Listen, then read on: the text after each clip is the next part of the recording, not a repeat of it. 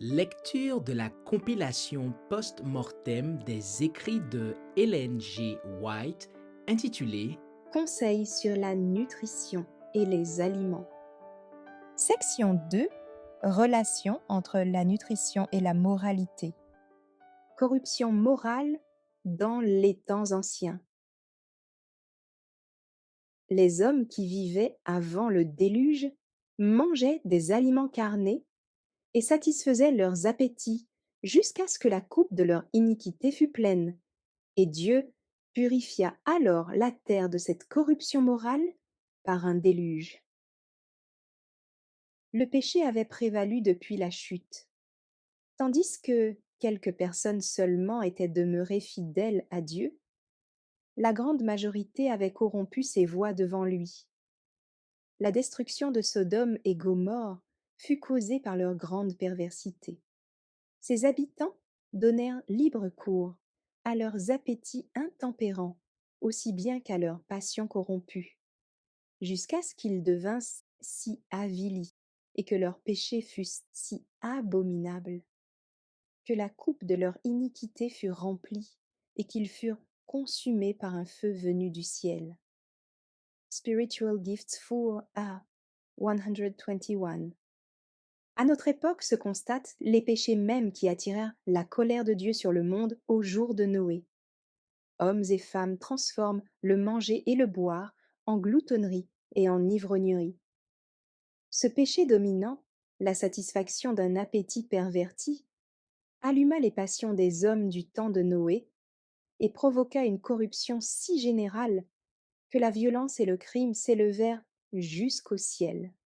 Et Dieu, par le déluge, purifia la terre de sa corruption morale. Les mêmes péchés de gloutonnerie et d'ivrognerie engourdirent la sensibilité morale des habitants de Sodome, au point que les actes criminels firent les délices des hommes et des femmes de cette ville perverse. Le Christ a donné cet avertissement au monde. Ce qui arriva du temps de Lot arrivera pareillement. Les hommes mangeaient, buvaient, achetaient, vendaient, plantaient, bâtissaient. Mais le jour où Lot sortit de Sodome, une pluie de feu et de soufre tomba du ciel, et les fit tous périr. Il en sera de même le jour où le Fils de l'homme paraîtra. Luc 17, versets 28 à 30. Ici le Christ nous a laissé une importante leçon. Son enseignement n'encourage pas la paresse, et son exemple s'y oppose également. Le Christ était un travailleur ardent. Sa vie incarna le renoncement à soi-même, la diligence, la persévérance, l'assiduité et l'esprit d'économie. Il nous présente le danger de donner au manger et au boire une place prédominante. Il révèle les conséquences de la gourmandise. Les facultés morales sont affaiblies au point que le péché ne paraît plus coupable. On ferme les yeux sur les actions criminelles et les passions inférieures dominent l'esprit, jusqu'à ce que la corruption générale déracine les saints principes et les mobiles élevés, et Dieu est blasphémé. Tout cela résulte des abus dans le manger et le boire. Et le Christ annonce que cet état de choses bien précis existera au moment de son second avènement. Hommes et femmes entendront-ils cet avertissement? Vont-ils recevoir la lumière? Ou vont-ils devenir les esclaves de leurs appétits et de passions inférieures? Le Christ nous présente quelque chose de plus élevé pour mériter nos efforts que le fait de manger, de boire et la manière de nous vêtir. Le manger, le boire et le vêtement sont l'objet de tels excès qu'ils deviennent des crimes et figurent parmi les péchés dominants des derniers jours. Ils constituent un signe du prochain retour du Christ. Le temps, l'argent et les énergies qui appartiennent au Seigneur mais qui nous ont été confiées sont gaspillés en superfluité inutile dans le vêtement et en excès dans la satisfaction d'appétits pervertis qui affaiblissent la vitalité et entraînent la souffrance et la ruine. Il est impossible de présenter nos corps à Dieu comme un sacrifice vivant lorsqu'ils sont corrompus et malades par suite de nos complaisances coupables. Testimony for the Church, Volume 3, 163 et 164. Les principales corruptions sont imputables à un appétit incontrôlé. Beaucoup de gens s'étonnent de ce que la race humaine est tellement dégénérée physiquement, intellectuellement et moralement. Ils ne comprennent pas que c'est la violation de la Constitution et des lois de Dieu, la violation des lois de la santé, qui a produit cette dégénérescence. La transgression de ces commandements a contraint Dieu d'écarter de nous sa main bénissante. L'intempérance dans le manger et le boire et l'abandon de soi aux passions dépravées ont engourdi la sensibilité de telle sorte que choses sacrées et choses profanes sont placées sur un même niveau. Spiritual Gifts for A 1, 2, 3. Ceux qui se permettent de devenir esclaves de la gloutonnerie vont souvent encore plus loin et s'avilissent en se livrant à leurs passions corrompues, qui se trouvent excités par l'intempérance dans le manger et le boire. Ils donnent libre cours à leurs passions dépravées jusqu'à ce que leur santé et leur intelligence en soient gravement atteintes. Les facultés de raisonnement sont détruites dans une large mesure par les habitudes malsaines. Spiritual Gifts for A131. L'irrégularité dans le manger et le boire et une mauvaise manière de se vêtir dépravent l'esprit, corrompent le cœur et rendent les nobles, qualité de l'âme esclave des passions de la chair. The Health Reformer, octobre 1871. Que personne parmi ceux qui se disent pieux ne considère avec indifférence la santé du corps et ne prétende que l'intempérance ne soit pas un péché et n'affecte en rien la spiritualité. Des liens étroits existent entre la nature morale et la nature physique. Le degré de valeur peut être rehaussé ou abaissé par les habitudes physiques. Une consommation excessive d'aliments, même excellents, produira un effet morbide sur les sentiments moraux. Et si la nourriture n'est pas saine, les effets en seront encore plus traumatisants. Toute habitude qui ne produit pas une action assainissante sur le corps humain dégrade les facultés les plus hautes et les plus nobles. De mauvaises habitudes dans le boire et le manger mènent aux erreurs dans la pensée et l'action. La gourmandise renforce les tendances animales, leur donnant le pas sur les puissances mentales et spirituelles. Je vous exhorte à vous abstenir des convoitises charnelles qui font la guerre à l'âme, a dit l'apôtre Pierre. Beaucoup de gens considèrent cet avertissement comme n'étant applicable qu'aux licencieux. Mais il a une signification plus large. Il met en garde contre toute satisfaction pernicieuse d'un désir ou d'une passion. C'est une puissante injonction contre l'usage de stimulants et de narcotiques tels que thé, café, tabac, alcool et morphine. Ces abandons peuvent être classés parmi les appétits qui exercent une influence nuisible sur le caractère moral. Plus tôt ces mauvaises habitudes seront contractées, plus fermement elles maintiendront leurs victimes sous l'esclavage de ces désirs, et plus sûrement elles abaisseront le niveau de la spiritualité. The Review and Herald, 25 janvier 1881.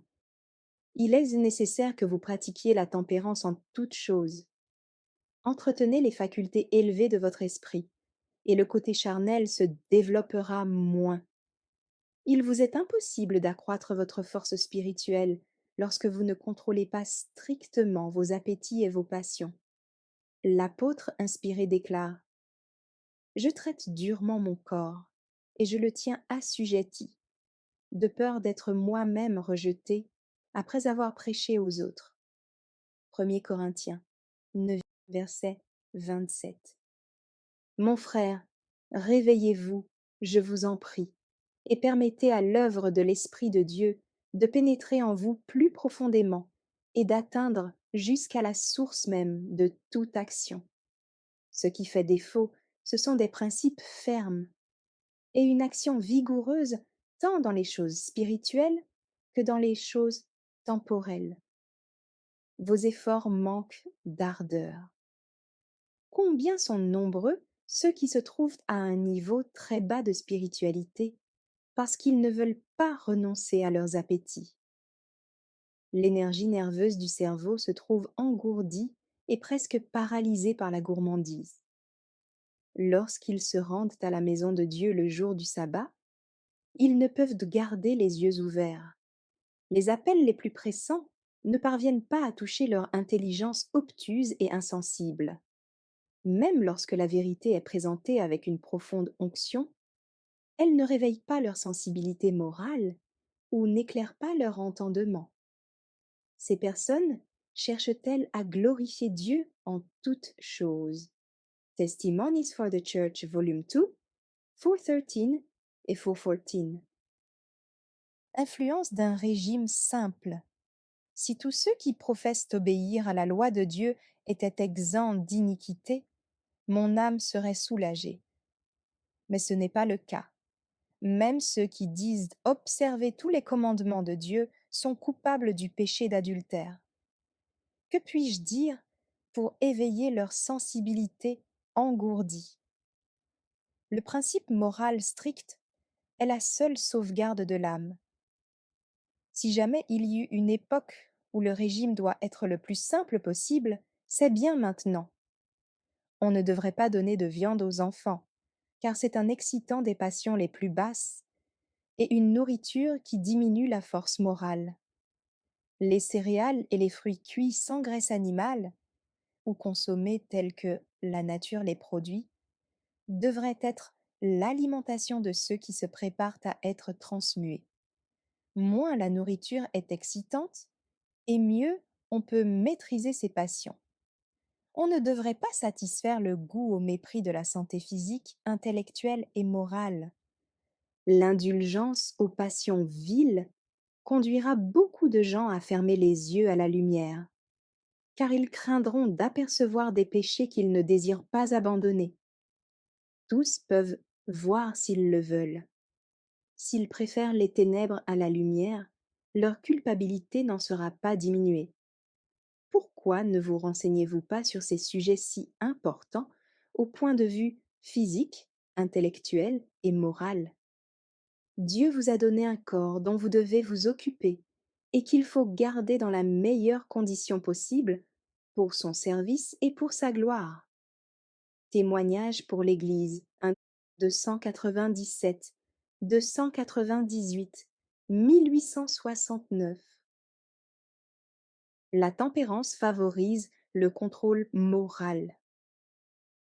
Votre nourriture n'est pas assez simple ni assez saine pour fournir le meilleur sang possible. Un sang impur obnubile les facultés morales et intellectuelles et réveille et fortifie les passions inférieures de votre nature. Que personne parmi vous ne se donne un régime excitant, car il nuirait à la santé du corps et au développement de votre âme et de l'âme de vos enfants. Vous placez sur votre table des aliments qui mettent vos organes digestifs à l'épreuve, excitent les passions animales et affaiblissent les facultés morales et intellectuelles. Une nourriture riche, comprenant entre autres des aliments carnés, ne vous est d'aucun profit. Au nom du Christ, je vous supplie de mettre de l'ordre dans votre cœur et dans votre maison. Que la vérité divine vous ennoblisse et vous sanctifie l'âme, le corps et l'esprit. Je vous exhorte à vous abstenir des convoitises charnelles qui font la guerre à l'âme. 1 Pierre 2, verset 11. Frère G, votre régime est de nature à favoriser les passions inférieures. Vous ne maîtrisez pas votre corps comme vous le devriez, en vue d'achever votre sanctification dans la crainte du Seigneur. Vous devez être sobre dans le manger pour pouvoir acquérir la patience. le monde ne doit pas constituer un critère pour nous. Il est de bon ton d'entretenir ses appétits par une nourriture riche et des excitants artificiels, favorisant ainsi les tendances animales et paralysant le développement des facultés morales.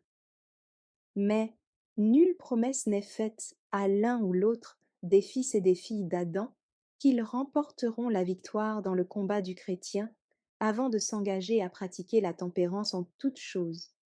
Et s'ils le font, ils ne combattront pas comme battant l'air. Si les chrétiens tiennent leur corps assujetti et placent leurs appétits et leurs désirs sous le contrôle d'une conscience éclairée, se faisant un devoir envers Dieu et envers leurs semblables, d'obéir aux lois qui régissent la vie et la santé, ils bénéficieront de la vigueur physique et mentale. Ils disposeront de la force morale nécessaire pour engager le combat contre Satan. Et au nom de celui qui a surmonté tous les appétits à leur profit, ils seront plus que vainqueurs pour leur propre compte. Ce combat est ouvert à tous ceux qui veulent s'y engager. Testimony for the Church, Volume 4, 35, 36, 1876. Merci d'avoir écouté cette lecture.